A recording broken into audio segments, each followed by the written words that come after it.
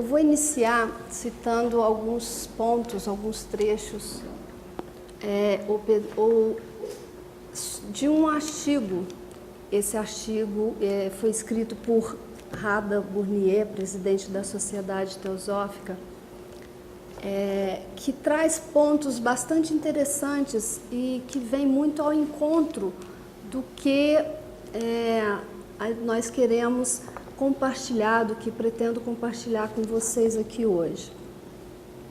Ela fala nesse artigo que o ato de refletir é o que nos torna humanos. E esse artigo, ela cita, logo no início dele, Vivekachudamani, que é uma obra preciosa da Vedanta, e nela ela enfatiza, nessa obra, né, se enfatiza a importância de nascer como um ser humano, que é um grande privilégio nascer como ser humano. E o budismo tibetano, ele não é diferente, ele faz uma colocação muito semelhante a essa. Existe uma prática dentro do budismo tibetano que é denominada de preliminares comuns. E no budismo eles sempre estão incentivando o praticante a realizar essa prática logo que se inicia, logo que se começa a prática budista. E ela é basicamente, ela traz, né, como prática a reflexão de 4 ideias principais, que é sobre a impermanência da vida, sobre o sofrimento que é inerente à própria vida, sobre o karma e sobre a preciosa existência humana. Então o budismo coloca que a reflexão, a ponderação profunda em cima dessas 4 ideias leva a mente do praticante naturalmente e direciona a mente para o caminho espiritual. E aí impede esse praticante dele ser seduzido ou dele ficar fixado por qualquer outra coisa que não seja o de simplesmente repousar a mente no Dharma, no próprio Dharma, que é um conjunto que são os ensinamentos que compõem toda a filosofia budista. E aí então, Rada Bournier, nesse artigo, ela traz um ponto que eu gostaria, um segundo ponto que eu gostaria de compartilhar com vocês, que ela, quando ela escreve nele que o sofrimento em nossas vidas, ele é uma maneira de aprendermos.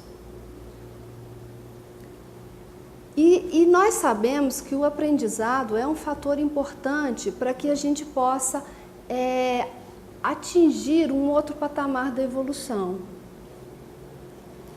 Mas Rada Bournier, ela não considera o sofrimento ou esse aprendizado a partir do sofrimento como sendo o nosso real aprendizado. Porque para ela o sofrimento ele apenas sensibiliza a mente, sensibiliza a consciência para uma necessidade interna. E eu acrescento que ele, na verdade, apenas nos conscientiza de que algo precisa ser reconsiderado nas nossas vidas. E aí o aprendizado importante, o aprendizado que realmente tornará a nossa vida frutífera, ressalta Rada, ele surge a partir de uma existência consciente, a partir de uma consciência que se tornou desperta, que se despertou. E essa é a verdadeira busca de um praticante sério.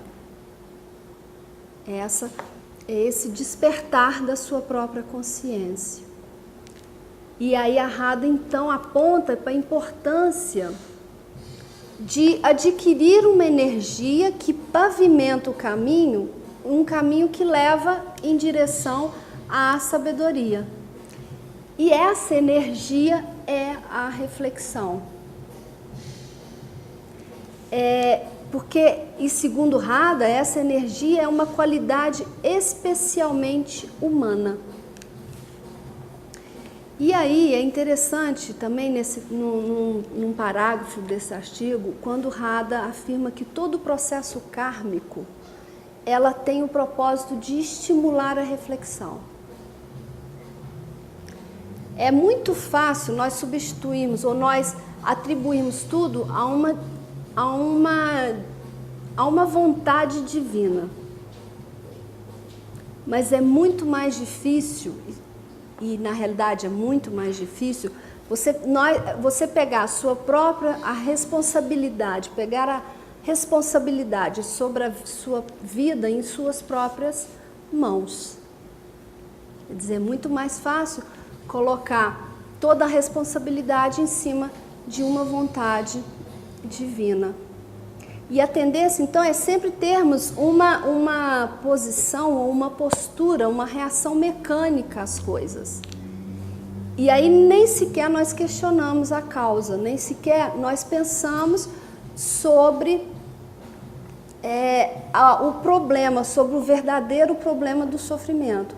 E nem analisamos, muito menos analisamos o real propósito da vida.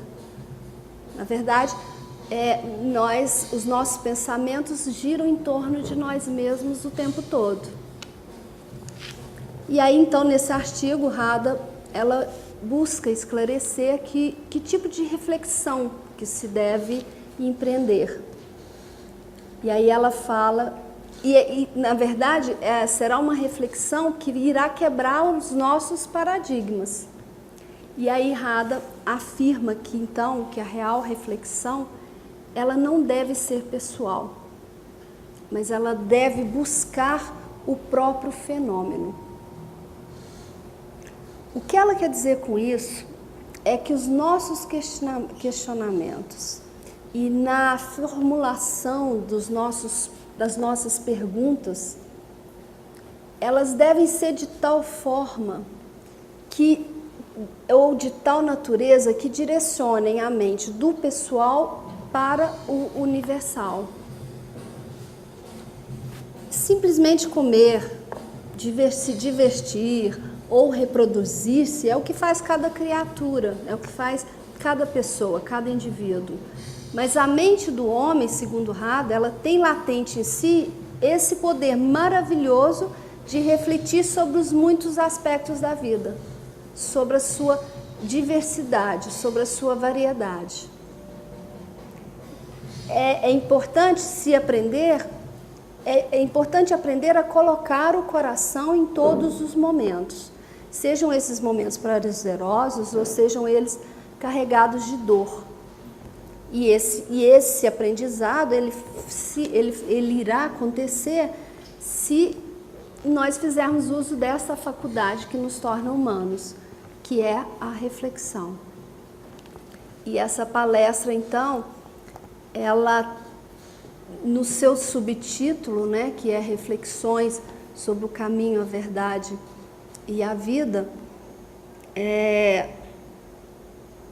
por isso, exatamente, que iniciei esse diálogo, trazendo um pouco sobre a importância da reflexão.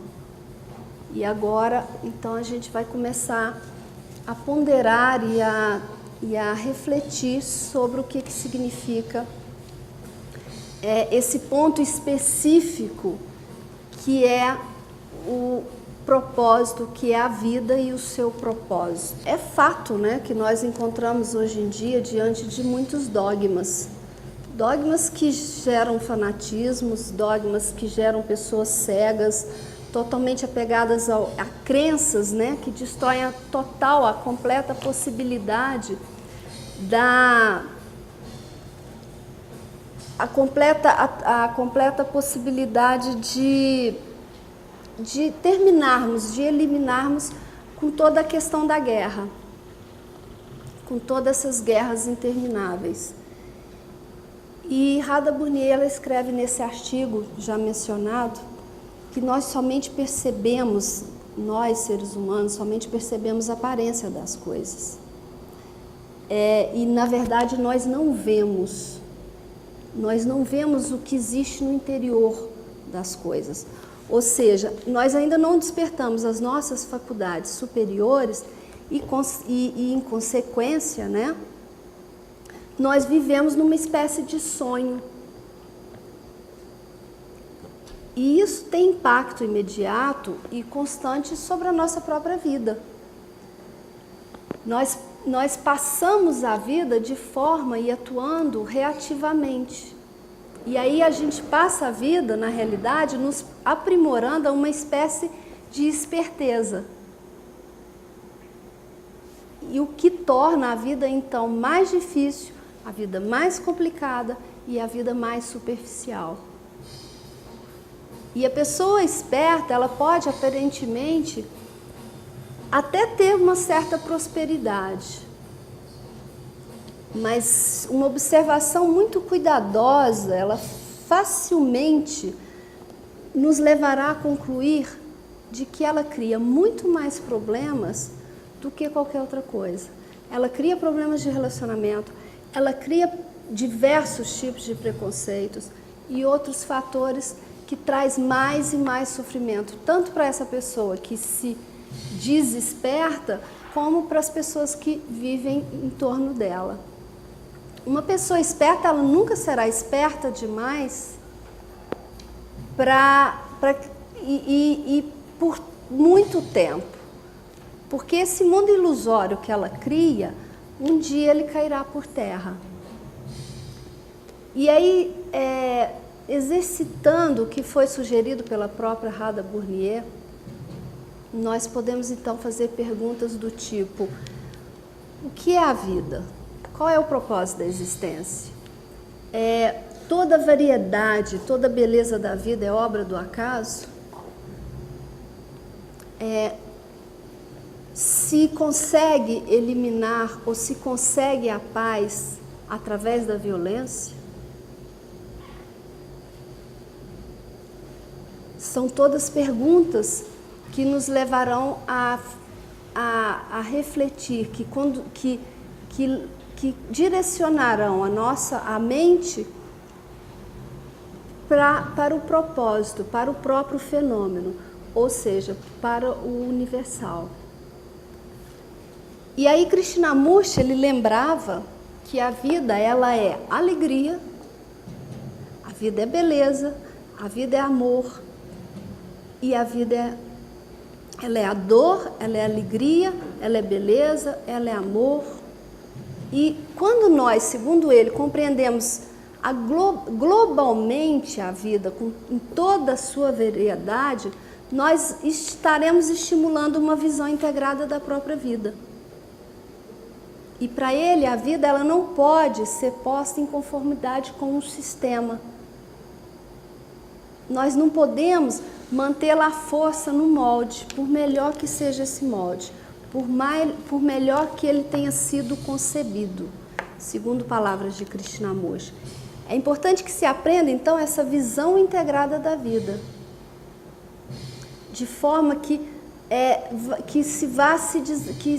vá gradualmente se desapegando das particularidades, das mesquinharias que aprisionam a mente e que criam mais separatividade ao invés de uma comum união, que é uma comunhão com tudo. Então, para Krishnamurti, a inteligência ela não está separada do amor.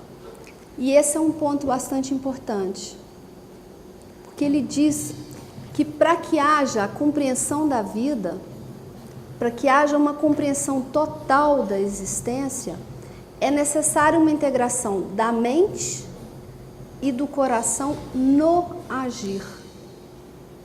Não adianta, então, desenvolver uma esperteza, porque ela separa, ela vai de encontro, ela bate de frente com o próprio propósito da vida. E muito menos adianta agirmos impulsivamente, porque isso também cria cada vez mais problemas e cada vez mais barreiras para que o fluxo da vida floresça e flua naturalmente a partir do interior. E esse movimento, então, do intelecto, esse movimento de separar o intelecto do sentimento, ele leva a um desequilíbrio, porque a gente acaba, o ser humano acaba desenvolvendo um em detrimento do outro. E o que precisa, então, de ser desenvolvido é a inteligência. E a inteligência, ela é a própria integração da razão com o amor, segundo o próprio Krishnamurti dizia. E essas duas qualidades, elas pertencem aos domínios do sexto princípio, do sexto princípio que constitui a própria natureza humana. E esse princípio, ele é denominado de Buddhi. Ele é a união, ele traz em si a faculdade de amor universal e de sabedoria. O próprio Buddhi, ele é ao mesmo tempo amor universal e razão, e pura razão. Para Krishnamurti, o essencial para qualquer pessoa é viver pleno, de uma forma plena e integral, plena e integrada. E por conseguinte, a coisa mais urgente de se desenvolver ou de se realizar é a inteligência, porque ela já traz em si essa energia integradora. Uma outra reflexão importante e que está diretamente relacionada com o tema, com a compreensão da vida, né? E é que, de fato, o ser humano ele é dependente e por isso mesmo ele é escravo. Krishnamurti afirmava para que haja liberdade, é importante que nós passemos a responder as nossas questões por nós mesmos. E a própria Blavatsky ensinava aos seus discípulos, não venham até a mim com respostas, busquem vocês mesmos responder às suas próprias questões. Aliás, não venham até a mim com perguntas, busquem vocês mesmos desenvolver por vocês mesmos as suas respostas. E Krishnamurti afirmava que para haver liberdade é preciso que se aprofunde na nossa compreensão e na própria experiência da vida como um todo, não atribuindo uma excessiva significação a um aspecto da vida em detrimento de outro aspecto. E isso é liberdade. O que é liberdade, né, para Krishnamurti? Ele diz que a liberdade não admite meias medidas. Ele fala que liberdade parcial não é liberdade. E esse tema era de muita importância para Krishnamurti, tanto que em inúmeras palestras dele ele sempre estava buscando ressaltar isso. E o fato, ele falava, que nós, seres humanos, né, só temos dignidade enquanto ser humano quando nós experimentamos, quando nós cheiramos e quando nós conhecemos essa coisa extraordinária que é a liberdade. Para ele, se nós quisermos mergulhar nos insondáveis mistérios da vida, e compreender então a vida com toda a sua beleza, com toda a sua plenitude. Logo no início, né, nós então aprenderemos a ficar sós e livres, e isso requer muita energia. E para aprender a ser livre, e para aprender a ficar só, né, é importante que se considere ansiosamente o seu próprio coração, como é dito, como nós podemos encontrar no aforismo número 11 do livro Luz no Caminho, que é uma preciosidade da literatura teosófica.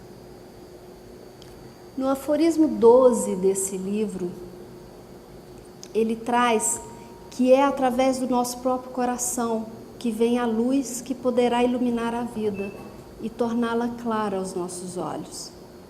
E nesse mesmo aforismo ele esclarece que a vida ela é formada de corações, pelos corações de todos os seres. E à medida que então nós aprendemos a conhecer, ou aprendemos a ser capazes de ler a palavra maior da vida, aí então é que uma expressão da inteligência espiritual começa a surgir.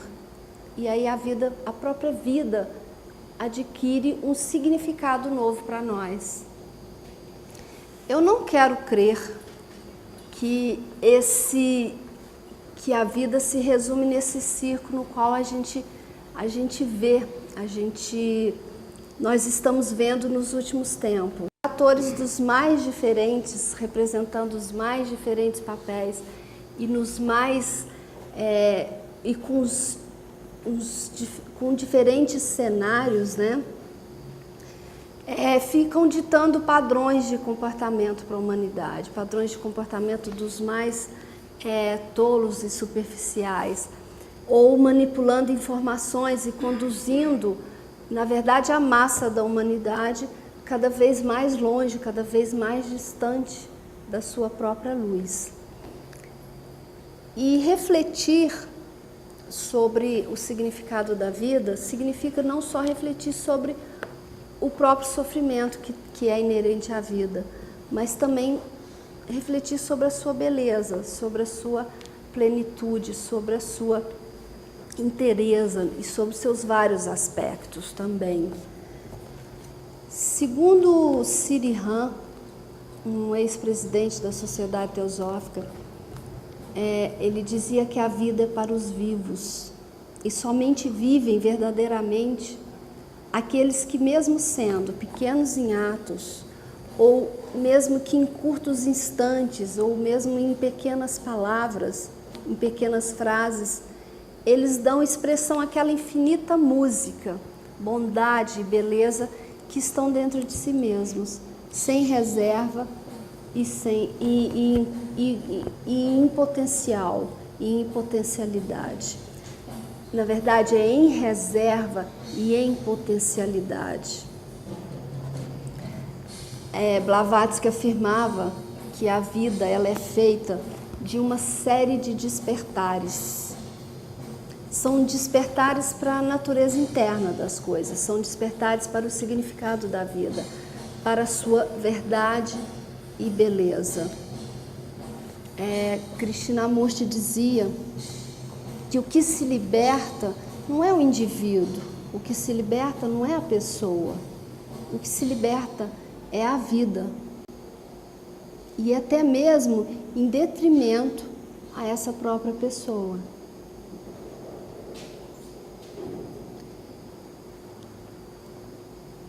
Nesse livro Luz no Caminho, ele fala que é dito, né, que o caminho e a verdade vêm primeiro.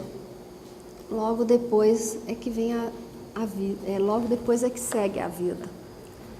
E nós começamos a reflexão pelo final, nós começamos a reflexão pela vida. E agora então vamos buscar, vamos fazer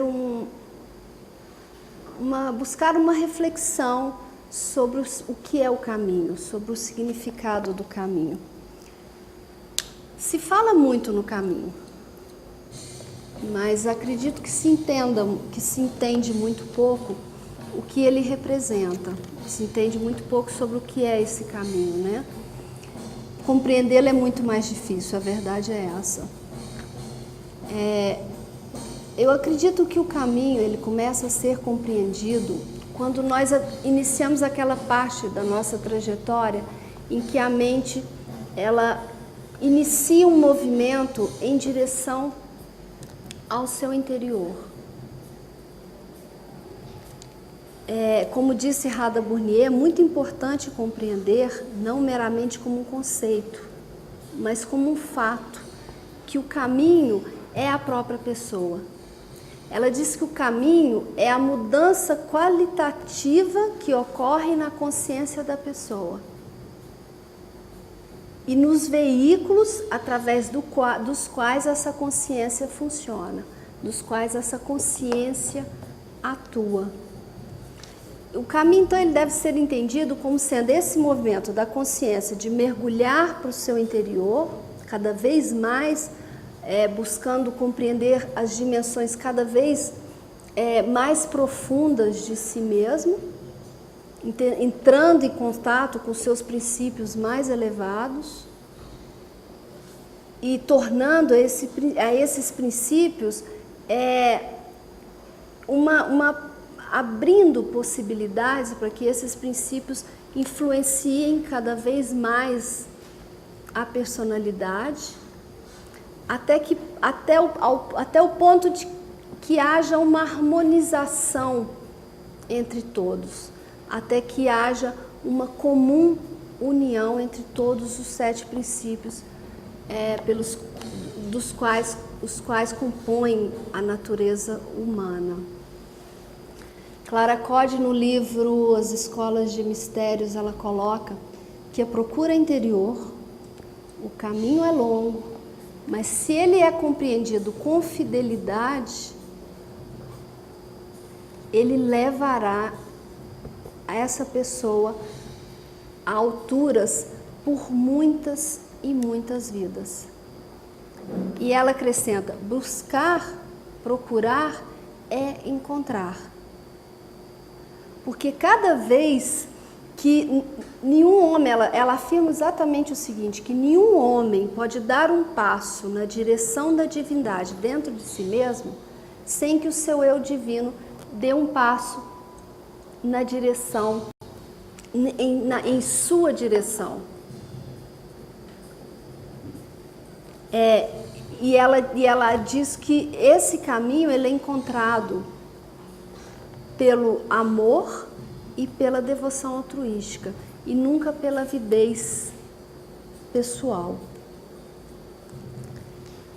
Percebam, então, em primeiro lugar é necessário esse movimento interno, esse movimento de levar a mente, de aprender internamente. E depois, então, é que esse aprendizado se concretizará externamente. E somente após nós desapegarmos internamente das nossas ambições pessoais, é que nós teremos vivido internamente, é que nós poderemos viver internamente a alegria que floresce, que surge do próprio movimento da vida, do próprio florescer da vida no interior. É um movimento, né, de mão dupla. Eu costumo dizer que não adianta nós percorrermos os quilômetros que compreendem um caminho de Santiago de Compostela, se o propósito que nos motivou, o propósito que nos motiva a fazer esse caminho, não tiver sido realizado no nosso interior. A gente só vai descobrir a alegria da vida na nossa relação com o externo quando a gente descobrir ou quando ela começar a florescer espontaneamente, naturalmente dentro de nós. Senão vai ficar só na teoria, senão vai ficar só no nível do conhecimento, do intelecto. E isso não é inteligência, isso não é sabedoria. No aforismo 17 de Luz no Caminho, ele fala o seguinte: procura o caminho. E no aforismo 18, ele complementa: procura o caminho retirando-te para o interior. E aí logo depois, no aforismo 19, ele diz mais ainda: busca o caminho, avançando resolutamente para o interior. De novo, é um movimento de mão dupla. E esse é um equilíbrio muito difícil de ser encontrado. Primeiro, se deve mergulhar no interior, aprender a partir dele, aprender a despertar uma percepção interna que leva a mente que abra caminho para níveis mais profundos e para dimensões mais profundas da própria consciência. E segundo, deve alcançar, ou deve avançar, segundo Luz no Caminho, resolutamente para o exterior. E aí aprender a ouvir o canto da vida. E aí aprender a investigar o coração de todos os seres. E é dessa forma, então, que a pessoa, que a mente vai construindo os degraus que a levará a encontrar aquela paz que ultrapassa o entendimento humano. E segundo um belíssimo texto teosófico, aquela paz que vive e atua no coração daqueles que conhecem o eu como uno. No aforismo 20, né, de Luz no Caminho, ele aponta ele dá algumas indicações de como se deve buscar essas duas direções. E aí uma parte do aforismo é dito: busca-o estudando as leis do ser, as leis da natureza, as leis do sobrenatural. E busca-o prosternando a tua alma ante a pequena estrela que arde no interior. Enquanto vigias e adoras com perseverança, a sua luz irá reconhecer que encontrastes o começo do caminho. E esses são passos que a própria teosofia aponta o tempo todo. Ela incentiva o teósofo a refletir e a ponderar sobre as leis que regem a natureza como um todo e as leis que regem a própria natureza humana. E ainda, mais ainda e com muito mais ênfase, é indicado e é sinalizado para a importância do autoconhecimento. E é exercitando, né, e é nesse exercício de constante vigilância, tanto dos movimentos internos e externos, é que a consciência, é que a pessoa irá adquirir, então, esse autoconhecimento, o autoconhecimento. E aí nós, nesse ponto, então, entraremos na reflexão sobre o que é, ou sobre a verdade, que é o terceiro ponto de investigação proposto para essa palestra. Krishnamurti indagava: haverá um caminho para a verdade? O seu caminho, haverá o seu caminho? Haverá o meu caminho?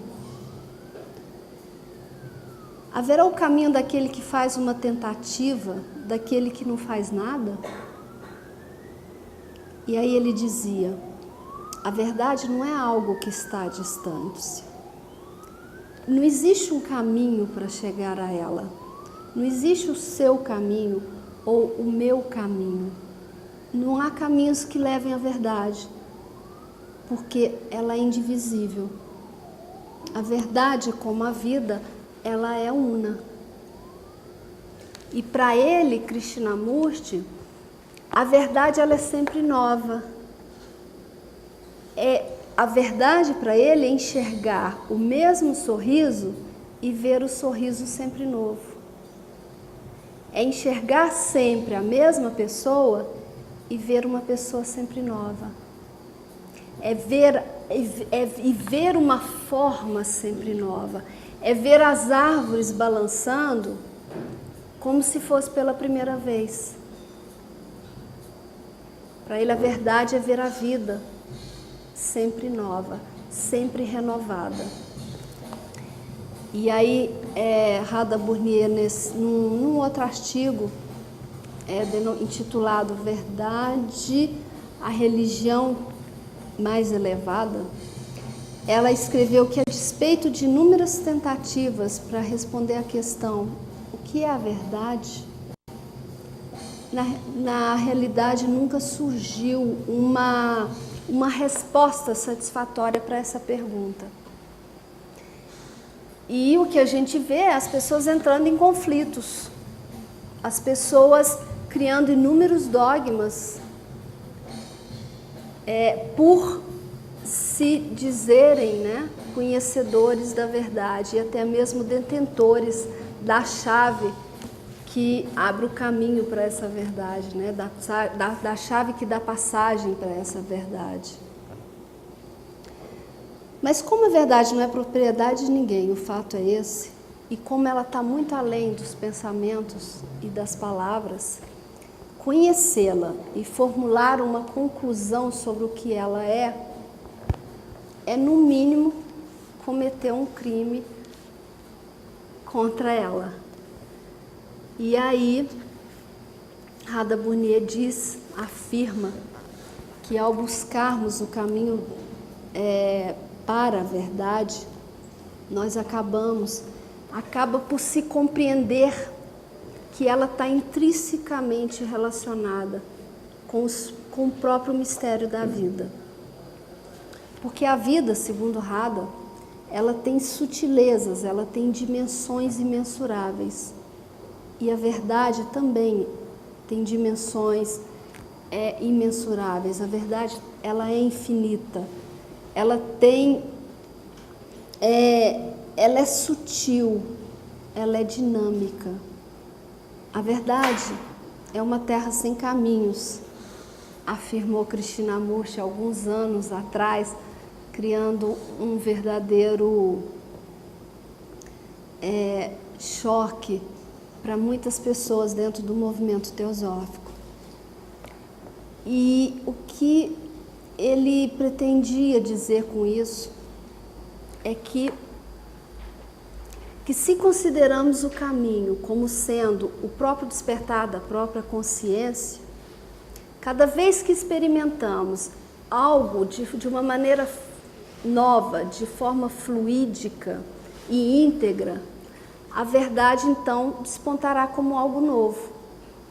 E para essa pessoa que está buscando despertar isso, o próprio caminho surgirá para essa pessoa continuamente de forma renovada. E para Krishnamurti, o verdadeiro é algo que está acontecendo. É algo que está acontecendo nesse exato momento. Seja esse fato verdadeiro, bom, indiferente ou mau. Ele fala que quando a pessoa é incapaz de encarar o que está passando, o que está se passando nela mesma, ele cria ilusões para escapar de si mesmo. E a ilusão, segundo Krishnamurti, ela implica mover-se para cada vez mais longe de si, para cada vez mais longe do que existe.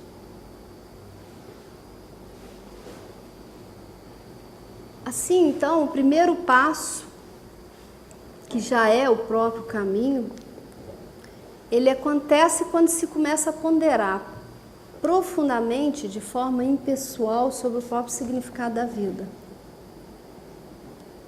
Esse ponderar leva à inteligência espiritual. E essa inteligência, ela abre a possibilidade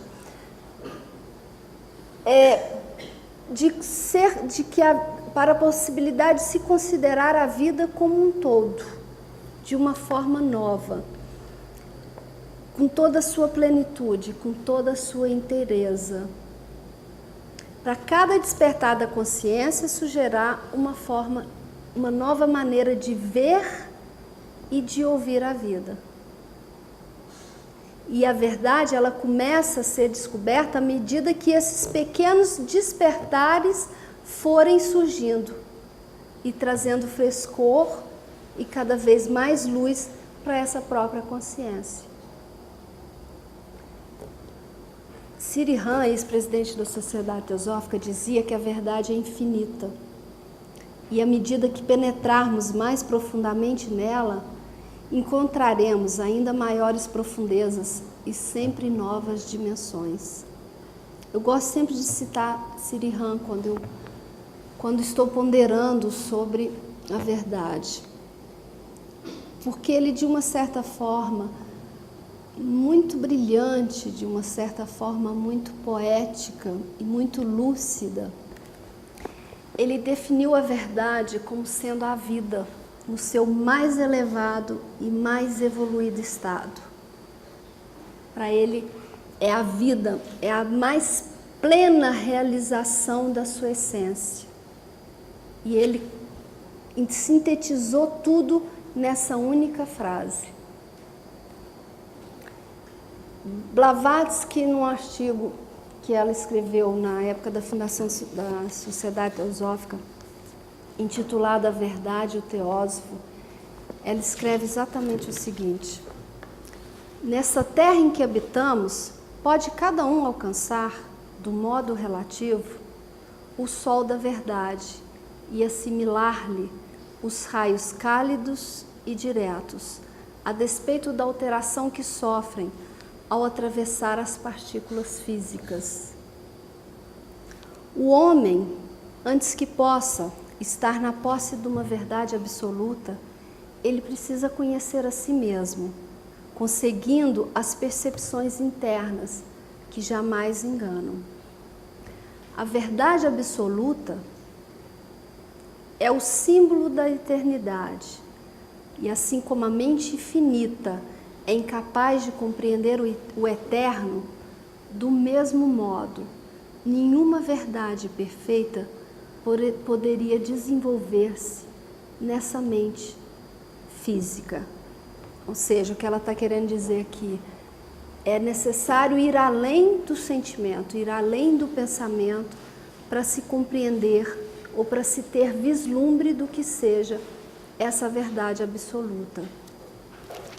E aí ela coloca mais para frente nesse artigo que, fora de certa condição elevada e espiritual da alma, por meio do qual o homem se unifica com a alma universal, não se podem obter neste mundo senão verdades relativas.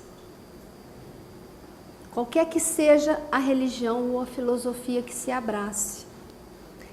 E ainda que a deusa que está no fundo do poço saísse da prisão, nem assim poderia dar ao homem mais do que este fosse capaz de assimilar. A mente só é capaz de assimilar aquilo que ela mesma tem dentro de si, aquilo que dentro das limitações dela mesma. Entre mentes, ela faz um chamado, né? Ela faz um convite.